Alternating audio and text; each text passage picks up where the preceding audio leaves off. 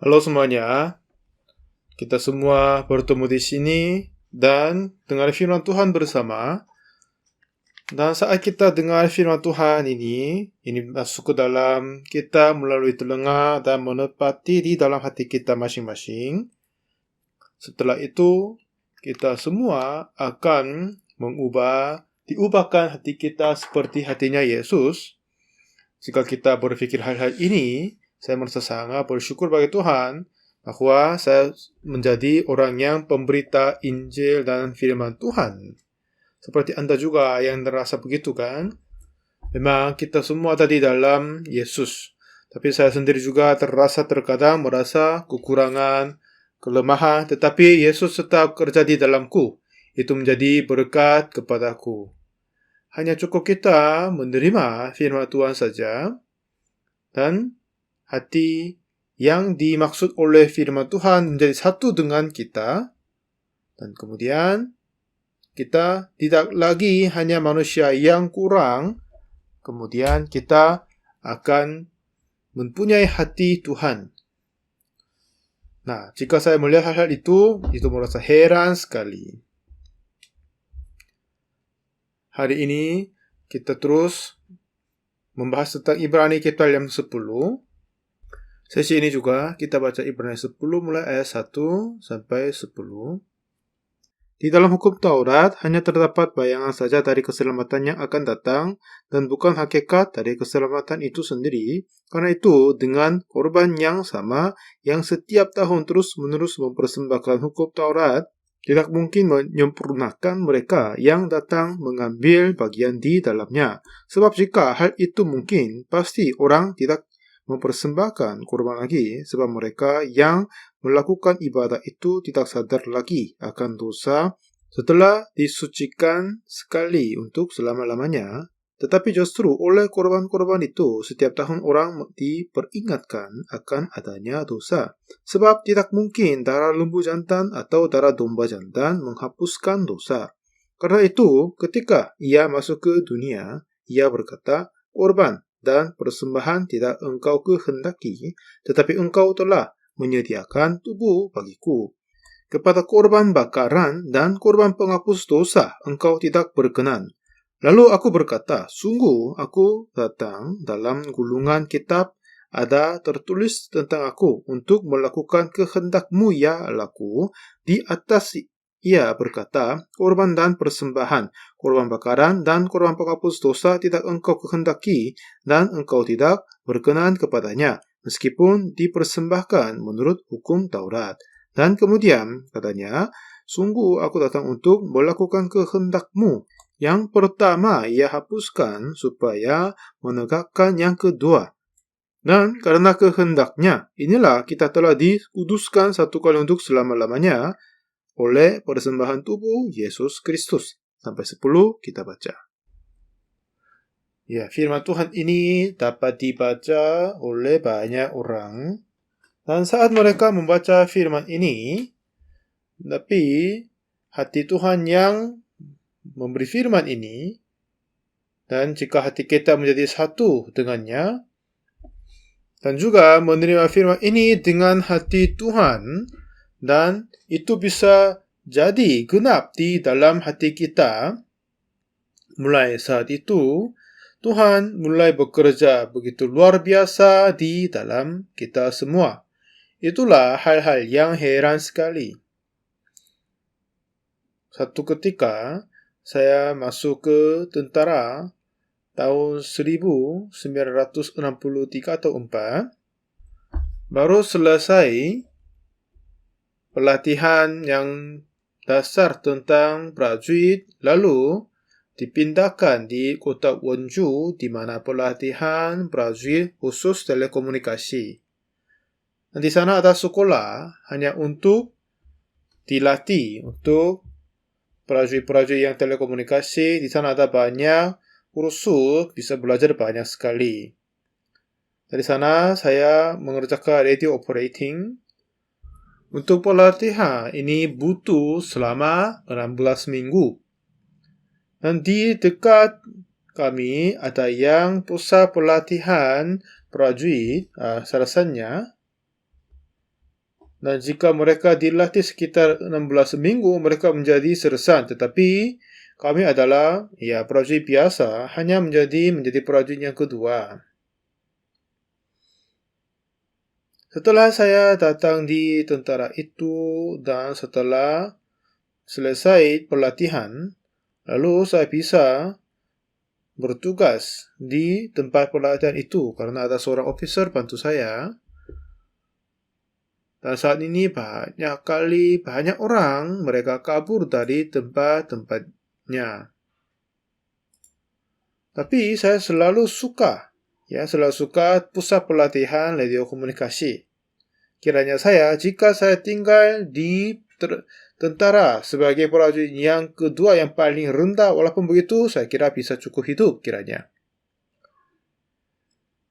Saya dulu bertanggung jawab untuk ujian-ujian kepada dilatih, dan apa yang tuas kami adalah memang buah soal dari officer, kami menilainya dan membagikan sesuai dengan nilai-nilai mereka dapat, dan sesehari sebelumnya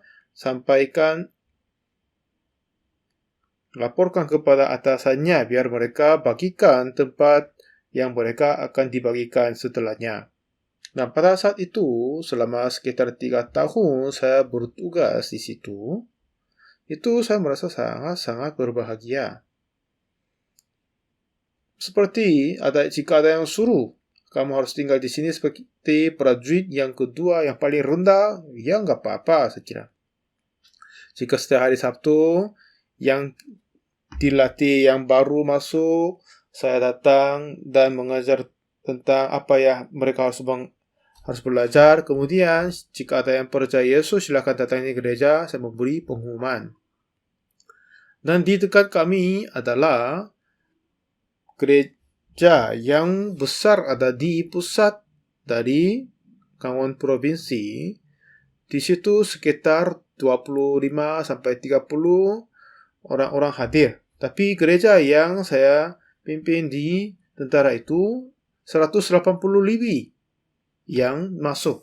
Yang saya merihopa yang tingkatannya prajurit yang kedua yang sangat baik. Satu ketika saya berpikir, saya mau buat seminar AKR di dalam tentara ini. Saya mau berencanakannya. Lalu saya datang pada letnan kedua dan saya bilang saya mau berbual kepada Papa. Kata apa? Saya mau buat KKR. KKR itu apa? Dia tanya. Seperti yang prajurit-prajurit ini sangat takut, dan ini dengan buat KKR biar mereka dengar firman Tuhan bisa menghiburkan hati mereka. Jadi tanya, di mana kamu melaksanakan? Oh iya, di tempat yang makan bisa kumpul sekitar 1,000 orang. Kami akan pinjam ruangan, itu sudah cukup. Dan akan meminta tolong, sepanjang suara datang di gereja di kotanya, biar ini menjadi bahagia dan hiburan kepada prajurit-prajurit yang dilatih di sini. Terus kami obrol lebih sedikit mendalam. Ia bertanya, siapa yang akan datang dan di mana dia akan tinggal? Saya bilang, pembicara itu adalah temanku yang baik. Jadi saya tinggal bersama dia di dalam gereja di dalam tentara. Itu tidak akan apa-apa, saya bilang kepada officer letnan yang kedua. Tapi walaupun begitu, kita harus menyediakan hotel untuknya. Itu tidak akan mungkin bisa. Saya bilang, enggak apa-apa, katanya. Oke, kalau begitu bagaimana makanan untuk Bapak pembicara? Jika dia bisa makan bersama denganku dan tempat makan untuk prajurit itu. Maksudmu apa? Jadi yang Bapak yang membawa firman kasih makan yang seperti yang kita makan, memang kamu bisa, enggak apa-apa, tapi bagiku itu tidak boleh, kata dia. Jangan kamu datang kepadaku, kata dia. Jika kamu tidak menyelesaikan soal makan untuk pembicara, jangan datang kepadaku lagi. Jadi ini kelihatannya hampir jadi untuk buat seminar, tapi dihentikan. Dan lalu saya berfikir tentang hal itu, kemudian saya mengunjungi pusat tentara di provinsi tentang bagian agama.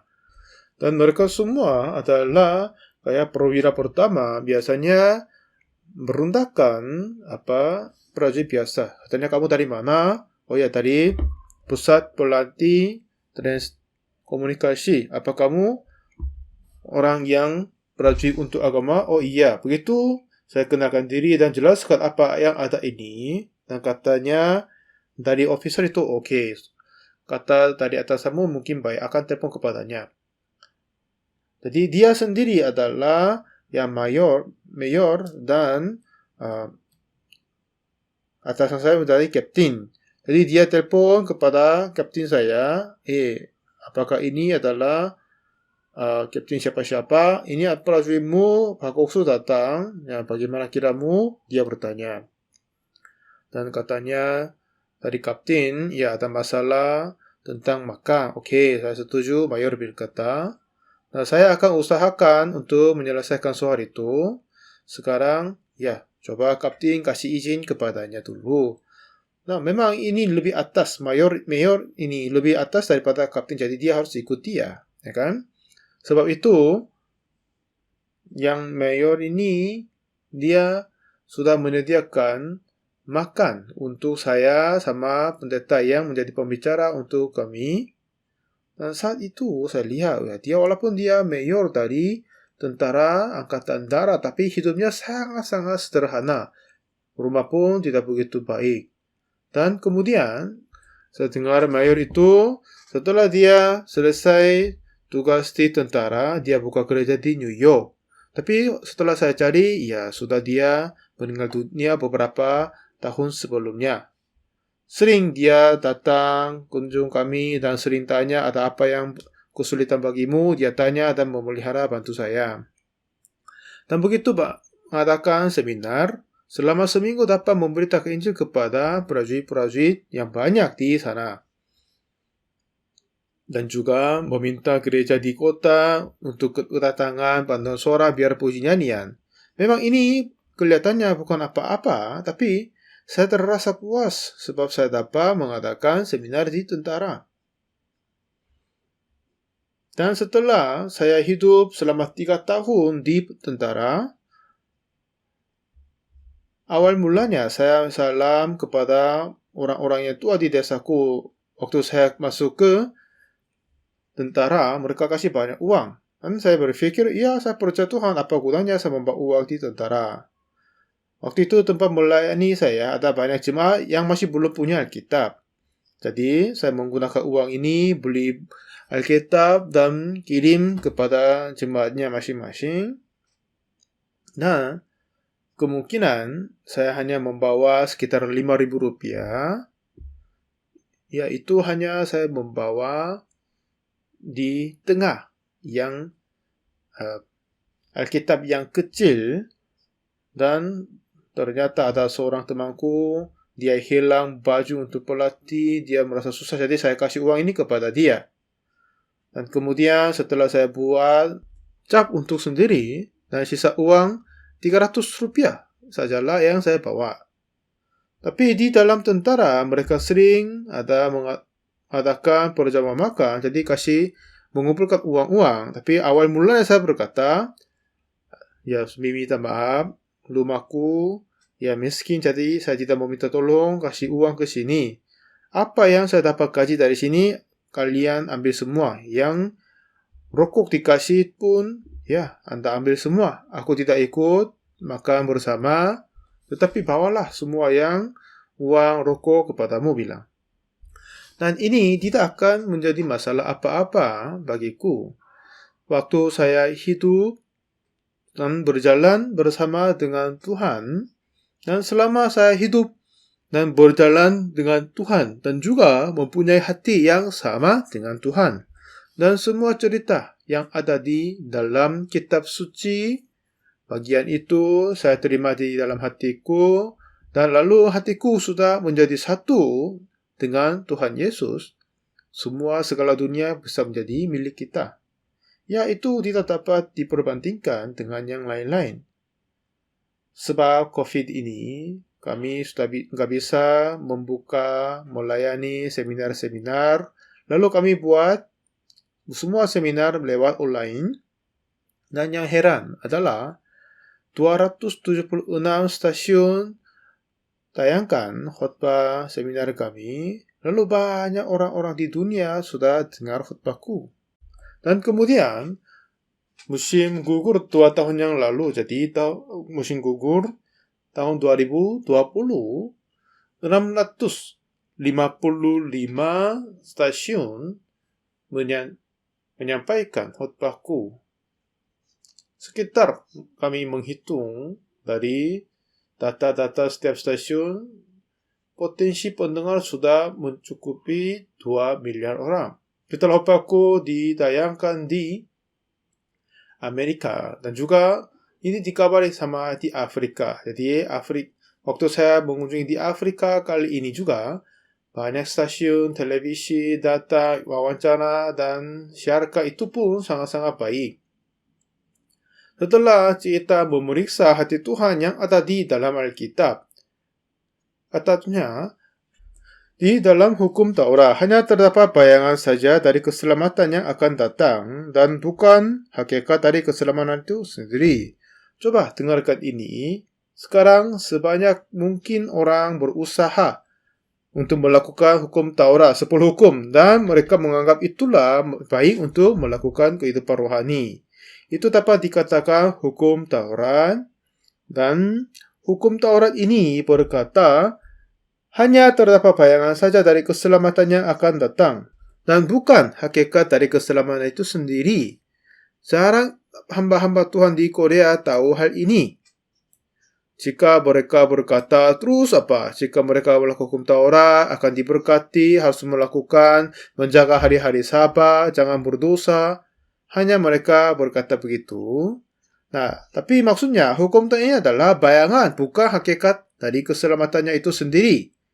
Nah, di sini kita dapat menganggap hukum Taurat dengan 3. Yang pertama, hukum Taurat dapat dikatakan 5 buku dari Musa, Kejadian, Keluaran, Imamat, Bilangan, Ulangan. Ini dapat berkata hukum Taurat. Atau juga kemudian 10 hukum itu bisa dikatakan hukum Taurat. Dan persembahan korban karena penghapus dosa, bagian itu pun dapat dikatakan hukum Taurat. Jadi Ibrani 10 ayat yang 1, di dalam hukum Taurat hanya terdapat bayangan saja dari keselamatan yang akan datang, itu bukan hakikat dari keselamatan sendiri. Ini maksudnya apa? Ini berarti mempersembahkan korban karena penghapus dosa maksudnya. Jadi di dalam hukum Taurat, setiap kali orang-orang berdosa, mereka bertobat, lalu menyembelih kambing domba, mempersembahkan korban. Ini bukan keselamatan itu sendiri, tetapi bayangan saja. Ini apa yang maksud ayat yang 1 ini? Di Perjanjian Lama, banyak orang setiap kali mereka berdosa, mempersembahkan kambing domba, mengatakan mempersembahkan korban karena penghapus dosa. Tapi itu bukan keselamatan itu sendiri, itu bayangan saja. Jadi Alkitab terus berkata, itulah bukan keselamatan sendiri. Sebab mereka tidak baca dan tidak tahu ini, jadi hanya melewati aja. Begitulah mereka tahu bahwa mempersembahkan kambing domba, dengan itu mereka terima pengampunan dari dosanya. Tapi saudara, di sini kita sungguh baca di sini kan, apakah hukum Taurat ini keselamatan sendiri atau hanya dapat menjadi bayangan saja? Ya, itu bayangan saja. Sebab itu, bayangan ini dapat mengampuni dosanya. Jadi, menyembelih kambing domba, dengan itu apakah dosanya sungguh dapat diampuni? Nah, tetapi masih banyak orang tidak tahu hal itu dengan baik-baik. Tapi kitab Ibrani di sini berkata, itu adalah bayangan saja dari keselamatan yang akan datang. Jadi, menyembelih kambing domba, mempersembahkan korban kepada Tuhan, itu apa? Maksudnya sesungguhnya adalah ini bayangan daripada keselamatan yang akan datang. Maksudnya, Yesus Kristus akan datang, dia mati atas kayu salib. Dengan itulah akan mengampuni dosa kita. Jadi ini bayangan daripada keselamatan dari Yesus Kristus. Tapi saudara, banyak orang tidak tahu apa-apa dan hanya berfikir jika mereka berbuat sesuatu yang baik menurut hukum Taurat akan diberkati kiranya. Tapi kata Alkitab, ini bukan keselamatan sendiri, hanya bayangan saja, bayangan dari Yesus Kristus. Ayat 2 berkata, sebab jika hal itu mungkin, pasti orang tidak mempersembahkan korban lagi. Ya, jika itu bukan bayangan maksudnya, jika ini sungguh keselamatan itu sendiri, ia akan tidak lagi mempersembahkan korban lagi. Ya kan? Ini maksudnya. Jadi mempersembahkan korban, kambing domba, dengan begitu mempersembahkan korban kepada Tuhan. Dan jika persembahan Tuhan kepada kambing domba itu sungguh bisa mengampuni dosa kita satu kali untuk selama-lamanya, kenapa harus mempersembahkan lagi? Ya kan? Ya, jika begitu akan selesai, tidak perlu mengulangi lagi, tetapi terus mereka mengulangi. Karena apa? Dengan persembahan mereka dengan kambing domba tidak akan menyelesaikan. Ayat 3 berkata, tetapi justru oleh korban-korban itu setiap tahun orang memperingatkan akan adanya dosa. Kemudian, sebab tidak mungkin darah lembu jantan atau darah domba jantan menghapuskan dosa. Jadi menyembelih kambing, domba, dan lembu itu hanya bayangan saja. Dan bayangan dari apa yang akan datang. Yesus datang sebagai anak domba Allah. Ia mati atas kayu salib untuk dosa kita. Dengan begitulah semua dosa dihapuskan. Inilah bayangan untuk kedatangan Yesus untuk mengampuni dosa kita satu kali untuk selamanya oleh darahnya sendiri. Nah, sekarang ini ya lembu jantan atau domba jantan dengan begitu mempersembahkan korban karena dosa. Nah, kenapa Tuhan memberitahukan kepada orang tentang persembahan korban karena dosa? Ya, kalian belajar cara pengampunan dosa dengan darah kambing, domba, lembu. Tetapi ini bukan aslinya. Yang keselamatan sendiri, anak domba Allah sendiri adalah Yesus Kristus. Yesus Kristus datang di bumi ini dan mati di kayu salib. Itulah caranya bagaimana Yesus akan mengampuni dosa kita. Inilah bayangan daripada Yesus. Ini bisa paham kepada kita semuanya ya. Ya, ayat 4 lagi. Sebab tidak mungkin darah lembu jantan atau darah domba jantan menghapuskan dosa. Sungguh berkata begitu ya kan? Ini sudah bisa pahamnya. Nah, ayat 5. Karena itu, ketika ia masuk ke dunia, ia berkata, korban dan persembahan tidak engkau kehendaki, tetapi engkau telah menyediakan tubuh bagiku. Jadi saat Yesus datang di bumi ini, Tuhan tidak mau mempersembahkan korban lagi dengan menyembelih kambing domba. Dan hanya sekarang, kita harus mempersembahkan persembahan yang sesungguhnya bukan dari kambing, domba, lembu. Jadi sebagai korban, Tuhan telah menyediakan tubuh, yaitu Yesus. Dia adalah anak Tuhan. Dia adalah roh. Dia dulu tidak pernah punya tubuh manusia. Tetapi untuk dia mati seperti kambing domba, dia sendiri butuh tubuh seperti kita biar mati.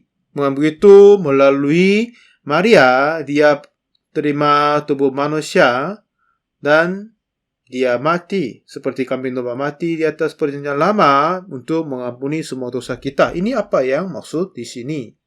Dan kemudian pada saat Yesus datang di bumi ini, dia tidak datang sebagai roh dari Tuhan, tetapi dari anak darah untuk memperoleh tubuhnya Maria. Lalu dia sudah mempunyai tubuh yang seperti yang kita punya dan lahir di bumi ini, datang di bumi ini dan mempersembahkan tubuhnya kepada Tuhan. Dan seperti perjanjian lama mempersembahkan kambing domba, itulah hanya bayangan saja. Jadi tidak akan mengampuni dosa untuk selamanya sesungguhnya. Dan keselamatan itu sendiri adalah yaitu Yesus Kristus. Jadi sekarang Tuhan Yesus seperti mempersembahkan korban di Perjanjian Lama, Yesus datang dengan tubuh manusia dan mempersembahkan tubuhnya sendiri dan mengorbankan diri dan mati di atas kayu salib, dan dengan itulah ia telah menyelesaikan, menebus semua dosa kita satu kali untuk selama-lamanya. Dan ayat 6 berkata, kepada korban bakaran dan korban penghapus dosa engkau tidak berkenan. Nah, inilah sebabnya apa? Sebabnya ini adalah bayangan untuk kedatangan Yesus akan mengampuni dosa kita. Dengan cara demikian, ini bukan hakikatnya sendiri, jadi tidak perlu menyerahkan baginya. Ayat 7, lalu aku berkata, sungguh aku datang. Dalam gulungan kitab ada tulis tentang aku untuk melakukan kehendakmu, ya Allahku. Nah, gulungan kitab ini apa? Di Perjanjian Lama biasanya ditulis di perkamen. Dan masuk ke dalam Perjanjian Baru, mereka tidak lagi menulis perkamen, biasanya menulis Perjanjian Lama, tetapi sekarang mereka membuat papirus dan menulis Perjanjian Baru di sana.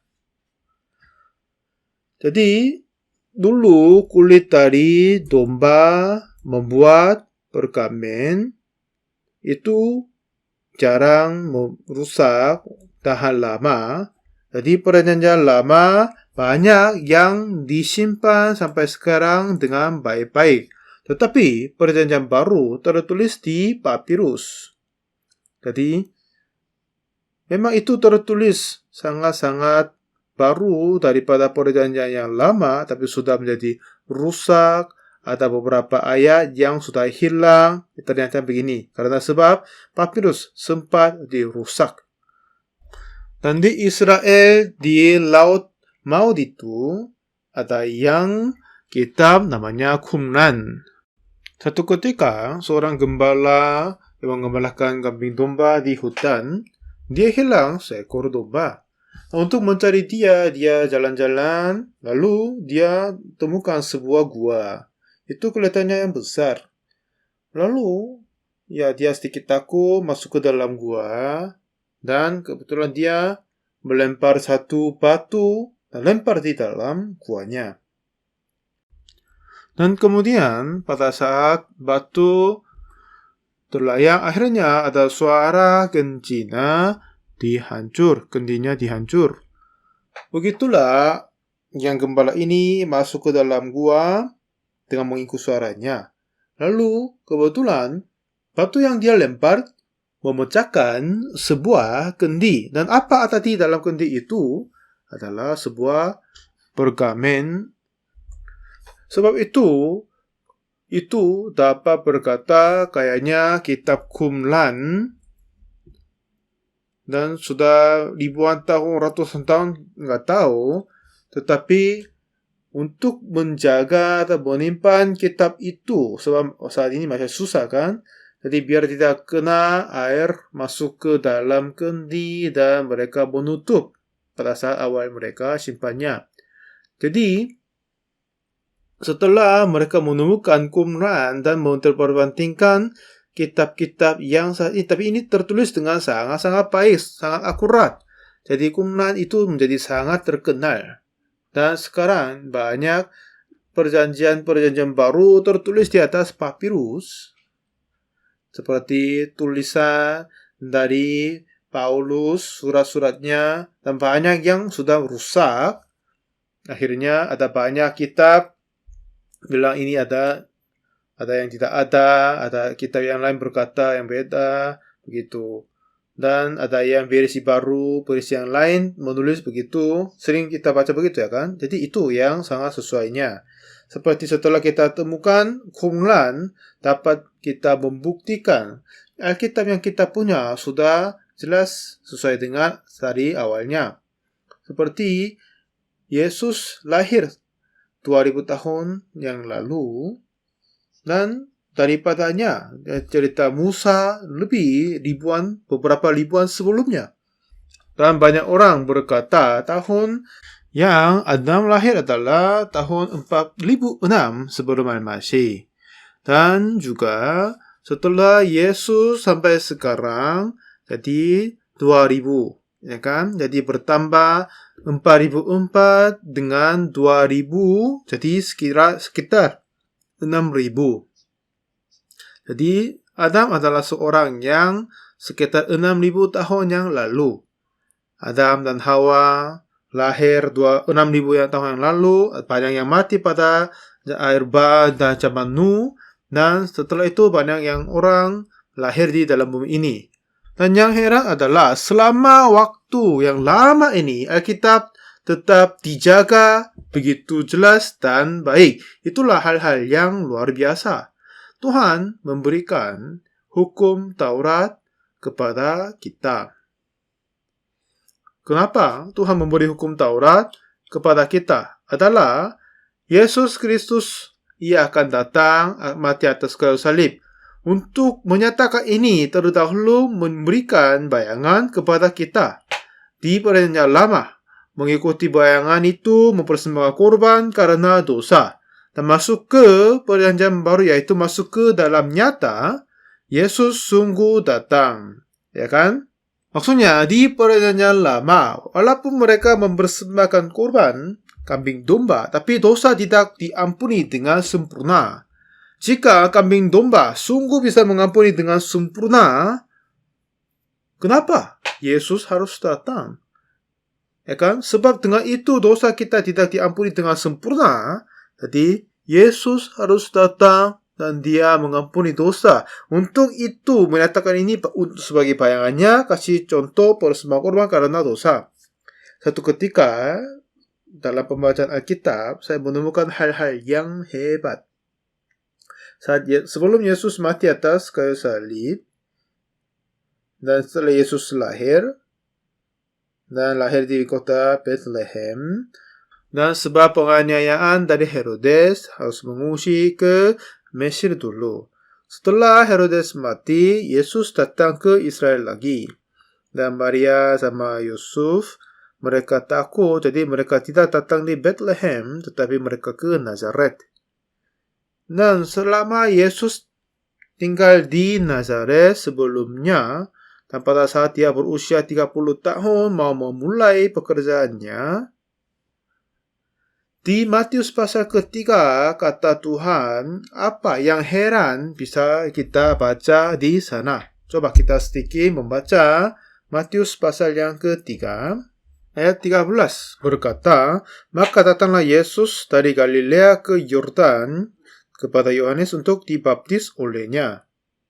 Jadi, saat Yesus datang di bumi ini, dan beberapa saat kemudian, baru Yesus mau mulai pelayanan, dan pertama, Ia datang ke sungai Yordan dari Galilea dan menerima baptis oleh Yohanes Pembaptis.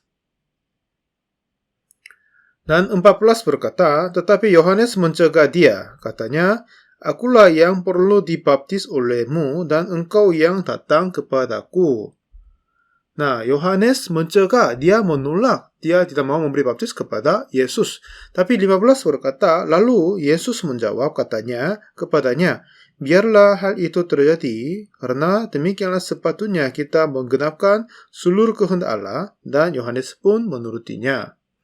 Nah, demikianlah sepatutnya kita menggenapkan seluruh kehendak Allah.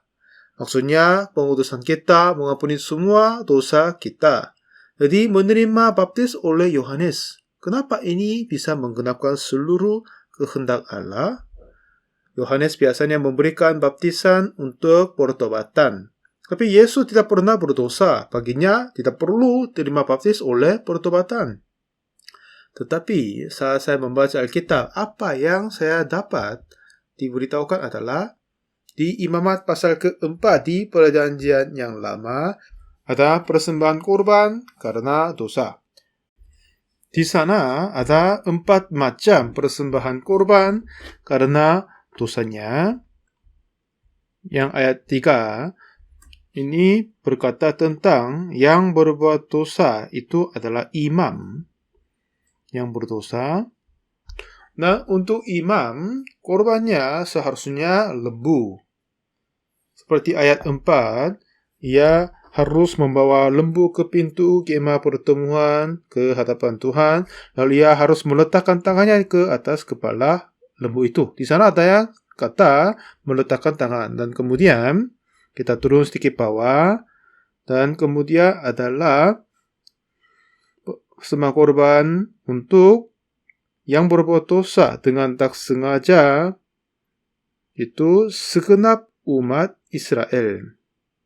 Seperti ayat ke-13 berkata, jikalau yang berbuat dosa dengan tak sengaja itu segenap umat Israel. Nah, waktu itu mereka harus membawa lembu juga. Dan 15, apabila dosa yang diperbuat mereka itu ketahuan, haruslah jemaah itu mempersembahkan seekor lembu jantan dan meletakkan tangan di atas kepalanya lagi. Dan kemudian kita turun sedikit lagi, ada ayat 27. Jikalau yang berbuat dosa dengan tak sengaja itu seorang dari rakyat jelata, ia melakukan salah satu hal yang dilarang Tuhan sehingga ia bersalah, maka jikalau dosa itu dia harus membawa kambing betina yang tak bercela. 29, ia harus meletakkan tangannya ke atas kepala korban penghapus dosa. Ini yang saya temukan saat saya membaca Alkitab. Nah, kenapa lembu atau kepada kambing domba harus meletakkan tangan di atas kepalanya? Jika kita mengangkat penatua atau pendeta, meletakkan tangan di atas kepalanya. Tetapi lembu, kambing, domba tidak akan mungkin jadi pendeta atau majelis. Kenapa? Meletakkan tangan di atas kepalanya, itu tidak bisa memahaminya. Untuk mencari itu butuh banyak waktu. Bagaimanapun kami usaha, masih belum bisa temukan. Tetapi seluruh Alkitab semuanya akan ada pasangan. Kunci pertanyaan dari ayat ini pasti akan ada di dalam kitab yang lain. Jadi, sebab saya tidak bisa temukan ini, kenapa seharusnya meletakkan tangan di atasnya? Kambing, domba, keharusnya diletakkan tangan di atas kepalanya. Dia tidak akan dianggap pendeta, penatua, walaupun diakon pun tidak. Saya tidak bisa paham. Tetapi, saat saya membaca Imamat 16, saya merasa heran sekali. Di sini berkata, ayat 21, dan Harun harus meletakkan kedua tangannya ke atas kepala kambing jantan dan yang hidup itu, dan mengakui di atas kepala kambing itu segala kesalahan orang Israel dan segala pelanggaran mereka, apapun juga dosa mereka. Ia harus menanggungkan semuanya itu ke atas kepala kambing jantan itu, katanya. Jadi, pada saat meletakkan tangan di atas kepala kambing, kambing ini akan mati untuk dosa kita. Jadi sebelumnya harus meletakkan tangan untuk menanggungkan semua dosa kita kepada kambing ini. Jadi kenapa Yesus datang dibaptis oleh Yohanes Pembaptis? Yesus tidak perlu menerima baptisan pertobatan dari Yohanes. Karena Yesus tidak pernah berbuat dosa, enggak perlu dibaptis oleh Yohanes. Jadi Yohanes mencegah Yesus. Tapi Yesus berkata, biarlah hal itu terjadi dengan sepatutnya menggunakan seluruh kehendak Allah. Ya, sebab Yohanes Pembaptis seorang imam karena anak dari imam. Dan dengan menerima baptisan dari Yohanes Pembaptis, semua dosa dunia tanggungkan kepada Yesus. Inilah salah satu susunan untuknya. Dan Matius tertulis seperti yang tadi kita baca.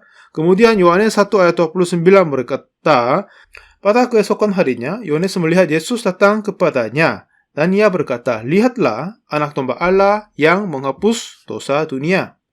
Jadi saudara, Tuhan Yesus setelah dia menerima baptis oleh Yohanes Pembaptis, dia tidak hanya menanggung dosa pendeta Oksupa ataupun juga hanya membawa dosa Kim Samuel, tetapi semua dosa dunia telah tanggungkan kepada Yesus. Inilah saatnya.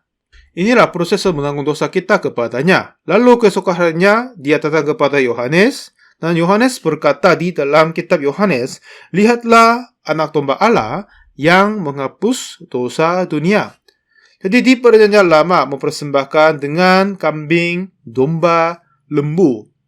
Tetapi persembahan-persembahan itu adalah bayangan, contoh untuk Yesus yang akan datang dan dia menanggung semua dosa kita dan mati untuk kita. Jadi dengan itulah dosa kita tidak diampuni untuk selamanya, tetapi hanya oleh kematian Yesus telah dapat mengampuni semua dosa kita. Sebelum dia mati dengan baptisan oleh Yohanes, sudah menerima semua dosa dari seluruh dunia. Pada saat itu, semua dosa dunia sudah diampuni. Satu kali untuk selama-lamanya telah disucikan, dihapuskan. Sebab dengan kambing domba tidak akan mungkin berhasil pengampunan dosa. Yesus datang sendiri dan mati atas kayu salib. Begitulah dia menggenapkan semua pembenaran kita. Banyak orang masih kurang tahu hal ini. Walaupun semua dosa kita telah selesai di atas kayu salib dan kematian Yesus, tapi masih ada banyak yang berkata diri orang-orang berdosa. Apa yang kami merasa sangat berterima kasih adalah setelah saya menemukan hal ini dan berkata kepada teman-temanku dan pendetaku, mereka semua tidak mau terima. Pak Pendeta sendiri berkata dia orang berdosa. Penatua berkata dia orang berdosa. Tapi aku sendiri yang bukan apa-apa, tapi kiranya aku setelah menerima pengampunan, itu tidak masuk akal. Jadi semuanya berkata, aku ini adalah seorang yang lucu, tertawa, kayaknya gila. Oh, Oxopak ini adalah seorang yang gila, aku sudah tahu dia kenapa dia bilang dia tidak punya dosa lagi. Mereka suka berkata begitu. Kemudian saya menjelaskan hal ini satu demi yang lain kepada banyak orang. Banyak pendeta-pendeta di seluruh dunia, mereka heran setelah dengar penjelasan ini. Memang hanya saya sendiri berkata begitu. Jadi ada banyak yang kiranya aku ini aneh, dan ada yang bilang sesat juga. Tapi ini sangat benar tadi, sesuai dengan Alkitab kan? Jadi apa yang heran adalah, saudara, banyak orang-orang yang masih berkata mereka orang-orang berdosa. Sebab mereka tidak tahu tentang Alkitab. Dengan menyembelih kambing domba tidak dapat mengampuni dosa kita. Sebab itu Tuhan telah menyediakan Yesus untuk kita. Dia telah menyediakan tubuh manusia melalui Maria, dan tubuh itu telah menyelesaikan dan menerima semua hukuman yang kita harus tanggungkan. Sebab itu, jika kita minta ampun atau tidak, Yesus mati atas kayu salib tidak karena kami meminta ampun, dan walaupun tidak, Tuhan sungguh mengampuni dosa kita. Pada saat Yesus mati atas kayu salib, dia telah membayar lunasin semua upah dosa kita satu kali untuk selamanya dengan sempurna. Akhirnya, barang siapa di antara kita tidak lagi orang-orang berdosa. Amin. Amin. Inilah Injil yang kami beritakan.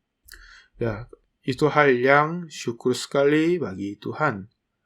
Kita sekarang ini tidak bisa beribadah sebab COVID dan mengarahkan ke semua acara lewat online. Tetapi Tuhan telah membuka jalan. Katanya 655 stasiun tayangkan khotbahku di seluruh dunia. Dan khususnya di Brazil ada stasiun namanya Rede Brasil. Mereka tayangkan khotbahku di stasiunnya. Ada direktur untuk persiapan. Dia berkata sangat-sangat heran setelah mereka dapat komentarnya. Lalu saya diwawancarai oleh stasiunnya. Dan penduduk-penduduk mereka pun terasa sangat-sangat baik. Kita ini adalah seorang yang berkurang. Tetapi apa yang Tuhan berkata, sungguh ia telah mengampuni dosa kita. Sekarang banyak orang ikut gereja dan berkata dosa kita telah diampuni oleh Yesus, tetapi anggap diri, percaya diri orang-orang berdosa. Sebab mereka masih kurang tahu tentang Alkitab. Inilah Injil yang kami memberitakan, dan Tuhan menyerahkan Injil ini, kami yang beritakan ini, dan Tuhan membuka jalan kepada seluruh dunia dan menghasilkan banyak hal-hal yang luar biasa. Injil ini yang kami terima dan menerima pengampunan dosa. Apakah Anda percaya? Kau percaya? Ya, tidak karena darah kambing domba, tetapi hanya oleh darah anak domba, Yesus Kristus. Dosa kita semuanya telah diampuni. Mari kita berdoa. Tuhan Bapa yang kudus, terima kasih banyak. sebab darah Yesus Kristus tidak akan sia-sia dan Ia telah menyelamatkan kita dari semua dosa kami. Haleluya, kami memuji-Mu Tuhan. Kali ini, pada saat kami memberitakan khotbah firman sepertinya, banyak orang berkata mereka percaya Yesus dan membawa Alkitab, tetapi kiranya diri orang-orang berdosa. Terima kasih Tuhan, sebab Engkau membuka jalan kami dapat memberitakan Injil ini. Tolong memberkati semua orang di Korea, Indonesia, di mana-mana dapat terima Injil ini, biar semua Injil dapat diberitakan di seluruhnya. Terima kasih Tuhan untuk memberitakan Injil ini. Dalam nama Tuhan Yesus kami berdoa. Amin. Terima kasih banyak semuanya.